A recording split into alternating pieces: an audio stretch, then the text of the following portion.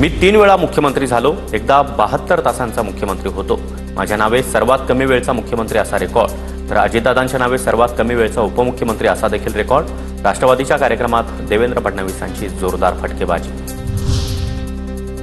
मुख्यमंत्री पदाबाबतचं वक्तव्य गमतीत केलं होतं, मी माझं वक्तव्य मागे घेतो। टीकेनंतर अजित पवार यांचं स्पष्टीकरण। मुख्यमंत्री पदाबाबत अजित पवारांनी कुठल्या ज्योतिषाला विचारलं ते विचारतो। अजित पवारांच्या वक्तव्यानंतर भरत गोगावले यांचं मिश्किल वक्तव्य।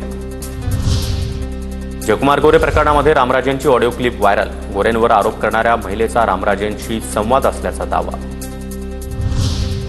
रणजित शिंदेंच्या मेंदूची कीव करावी लागेल, माढा मतदारसंघामध्ये आम्ही पाठपुरावा करून निधी आणला। माढ्यातील विकास कामांच्या श्रेयवादावरून आमदार अभिजित पाटलांचा रणजित शिंदेंवर निशाणा। लाडकी बहीण योजनेसाठी सामाजिक न्याय विभागाचा निधी वळवला, अर्थ खात्यामधील महाभागांनी माझ्या विभागाचा निधी वळवला। निधीवरून मंत्री संजय शिरसाट यांचा संताप।